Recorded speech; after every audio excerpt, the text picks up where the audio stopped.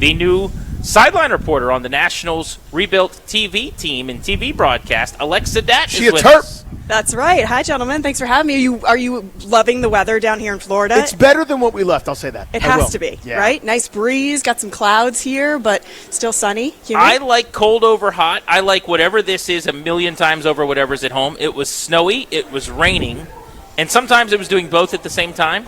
This is perfect, though. Like, I don't want 99 degrees and sweltering, but whatever this is, sign me up all the time. So, with all of the snow back home, and you guys know I'm from the Maryland area, my parents are in Durwood. My dad got in trouble from the post office for not digging out enough of that snowcrete for the mailman to be able to pull in to deliver the mail. He shoveled, because it's really difficult. He's pissing down there, a very narrow path in order to get to the mailbox. No, you're supposed to do like a huge area in order to drive by. Yeah, what do you mean trouble? Okay, what happened? Well, how first, does that work? it was a warning. He got left a little note that said, please shovel more area around your mailbox.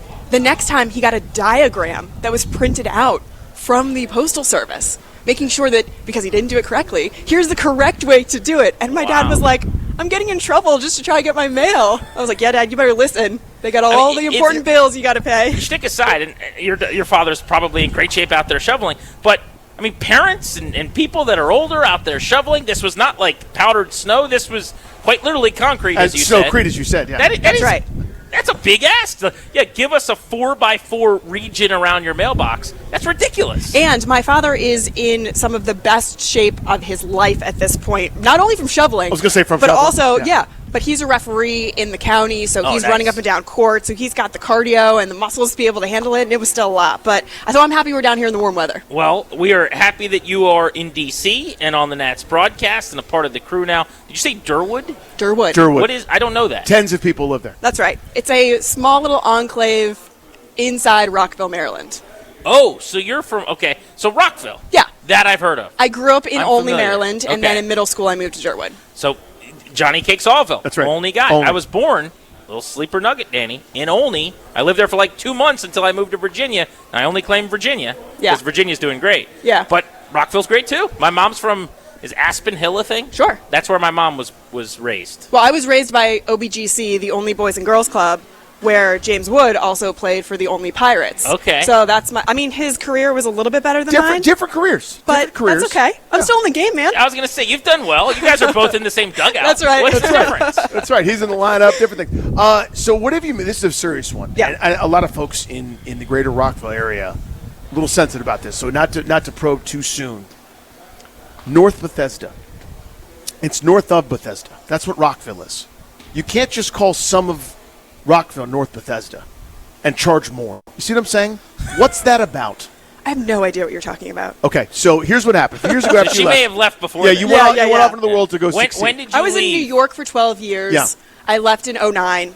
And then I was in St. Louis for 4, and now I'm just coming back. So I didn't know that Arlington was like a big deal. So I've been gone for 16 years. I'm old. You just dated yourself a little bit. I'm 40 years old. I'll tell the crowd, right? I can look it up on the internet. I'm right behind you. I'm 37. Arlington. It went, and now it's this, and now it's kind of back. Like when we were high schoolish. So you're telling me I not even jumped the shark? It's a little late. Okay, so I can't even say that. No, okay. Now it's Navy Yard, where you're going to be working. That's right. Is like the hot area. And what else would you say? I would say now Reston's a thing, by the way. Get used to that. Okay. Yeah, but let me. I'll try to put it this way. Where did you live in New York?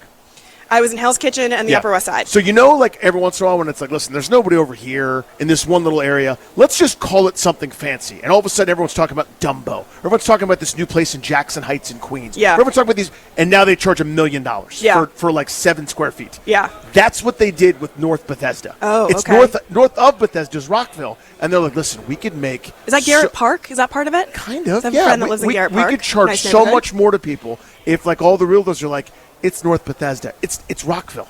It's okay to say Rockville. Danny, this sounds like a personal issue for you. I'm very touched He's by it. angered by this. Right. This has come up on the show like 9 times. I'm not sure I want you to do about it, by the way. I'm like just venting to you. Occasionally I just got here. Give me a second. fix it? Okay. Yeah. we broadcast from out there, and like this, like he brought it up that day a lot Yeah. to anyone who was out there and wanted to talk about it. Yeah. You mentioned, and Alexa Datt is with us, who is going to be with Dan Kolko and Kevin Franzen, the third member of the broadcast crew, on the sideline reporting for the Nationals now. But you were with the Cardinals for 4 years? Correct. And were you sideline reporter all 4 of those I did hosting and sideline reporting for them, and then I worked for the Blues as well, their hockey team, the St. Louis Blues, and I also called play-by-play for the St. Louis Billikens, the men's basketball team out there. Oh, awesome. Yeah. Very cool. So now you're back here in the nation's capital, back home.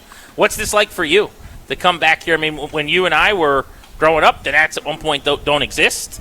Then they become the team in D.C., and you're debating, do I leave the Orioles? What do I do? So what's this like for you now? It's a dream come true. It's coming home. The amount of people that you talk to in the broadcast world who dream of covering their hometown team, it's everyone under the sun. And the fact that I get to do it, pinch me. Wendy Bailey, who's my boss, I am thankful and owe all my gratitude to her and to Mark Lerner, who literally read my resume, understood that I could do the job, but also gave me this opportunity to come home that I never thought I'd be afforded. So, fingers crossed, I won't screw it up, but I hope I could be here for the rest of my life. Yeah. So what's it been like getting to know sort of this really young group that's in an interesting spot? There are a lot of teams that aren't looking like they're going to win 100 games, but there's more intrigue, I think, with this one, with the new regime and a lot of these young pieces. I love storytelling. Yeah. It's a huge part of what this team is about because a lot of the fans don't know a lot of these players. They don't know a lot of these coaches, some members of the front office as well. We have to tell their stories and teach the fans exactly who these people are. They're extremely intelligent. They've been in baseball. They've been handpicked as some of the proteges in the sport coming up. And now they're all here in D.C. to make this team better. Even some of the technology that they're using that they haven't used in the past has, really excited these young players who have heard about it maybe from other teams and now get to experience it here. It's pretty cool.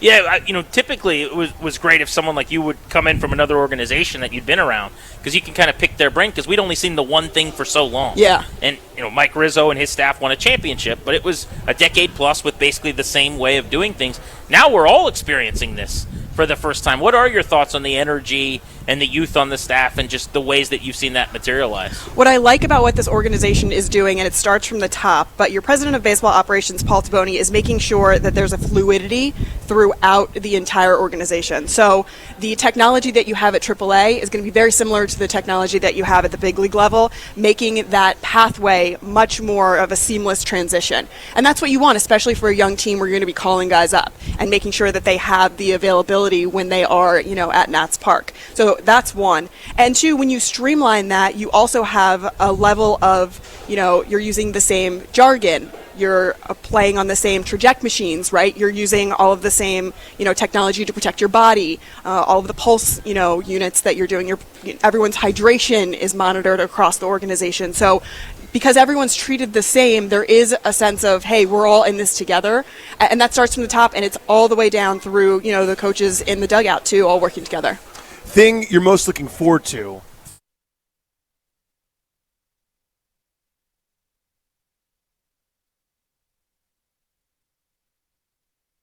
Back in my life because St. Louis doesn't have a football team. That's right, yeah. I watched a lot of football in the region, but because they didn't have a team, I wasn't able to go to games. I'm like, I can go to Commanders games. So super excited. Just the DC aspect of it is really exciting for me. But to be able to have the Curly W and to see that around, it's been absent from my life for a number of years. I'm excited for that. Least exciting, the Snowcrete doesn't sound great, but the food scene I'm thrilled about because everyone keeps telling me that DC's got an awesome food scene, so I need your guys' recs on that. We can help you with that. Okay, good. I don't know, man. Being close to my parents and my friends that I went to school with and grew up with is really exciting. I haven't found a downside yet, but when I do, I'll let you know. Alexa Datt, going to be with Nationals TV, the new broadcast entity. Remember, the Nats, after years and years on MASN, finally now streamable and available. MLB.TV taking over not just the Nats, but several other teams, and there's going to be more details trickling out closer to opening day on linearly how you can watch them locally if you are still one of the 9 people that still have cable. I think that's the number Ones now of people have it, yeah. at this point. But we're excited to get all those details to people as they're made available closer to opening day. You mentioned, though, the food scene. We like to go through some get-to-know-you questions when we have players on. Yeah. So I figured what better way to get to know Alexa Datt, who hopefully we'll have on the show a bunch this season, than going through some of our same questions that we do with players. So first one I'll ask is, TV or movies, which do you prefer? A good streaming show or going to the movie theater or streaming a movie? Used to be movies, and now it's TV. It's just the way the industry's moved. Yeah. Do you ever go to the theater anymore? I do. Used to have a small theater in St. Louis that I loved going to, old school theater, but I would go to see Shawshank Redemption. I wasn't really going to see movies. like the old movies. Yeah, I wasn't going to see anything new necessarily. Favorite style of pizza? Oh my goodness, Lito's Pizza? Are you kidding me? That's my favorite with the sweet sauce. square, yeah. Yeah, the square, Because they don't cut pepperoni. corners. They don't cut corners ever. They don't cut corners. And also, I love pineapple and pepperoni together. Don't sue me. Alex Ovechkin said you can put pineapple on pizza, so it's Bible. Okay. He made it okay. He in said a it was sense. okay. He did say that. And Danny he's the was ready greatest. to get very upset I was about going to say, that. I was like, but Do you see how I read that? I had Yeah. that ready to go. pineapple and ham, with the pineapple and pepperoni, it's like you're trying to start a fight with Yeah. somebody, kind of? In Do you my have a mouth. stand-up? Oh, and then I throw some jalapeno in there too, just you to go. make Do you have a everyone mad. stand-up comedian that you like? Oh my gosh, Shane Gillis is one of my favorites right He's now. great, He's good. so good. Nate Bargatze is insane, Yep. and the fact that he can do it without cursing. That's what we said the other It's day. amazing. Clean, Him yeah. and we just were giving away Jim Gaffigan tickets Oh, last week. my It goodness. was like my wife and I have gone and seen him a couple times. But the two of them, to be that funny, him and Bargatze, and to do it completely clean. Squeaky clean. I It's mean, incredible. Jim's take on food, just any time, Yeah. it's the best. So funny. It's the best. I told the story a million times on the air, but I opened for Nate Bargatze forever ago. No way. And we're at this winery in the middle of nowhere in New York. 4 guys went up there, just riding a Dangerfield, just eating it, just like, yeah, tough crowd, but no one's really laughing. And we're in the back room, and all of a sudden we hear people like snorting wine, like guffawing and snarfing, and it's like we peek out, and this dude is just destroying this crowd that we couldn't even get to smile. And it's like, he might be different than us. He might be a Every little bit time I better. walk into a hotel, I think about the waffle iron upside down in the trash can, black smoke filling the lobby. You know what I mean? Everyone's standing there with that small, sad styrofoam plate. Like, I set my alarm for this, you know, waiting for the waffle. What hobbies, good. non-baseball, non-broadcast, like what do you like to do? Rock Off climbing. day in D.C. Rock climbing. There's a rock climbing gym that's like 4 blocks away from me, which I'm super excited about. Hot yoga, biking, music, food. So on the off Sports. day, is it activities or is it my feet is up? Every activity I could possibly get involved in. You'll see me at hot yoga, then you'll see me biking, hopefully around the Potomac River, if that's healthy enough. Stay to away do. from the Potomac Yeah, don't go River. in. Don't go Do in. not go And near then I'll the do some Potomac rock climbing. River. Yeah, so as much activity as I can get involved in. I Yeah. love it. Well, we're excited for you. It's going to be a blast this year.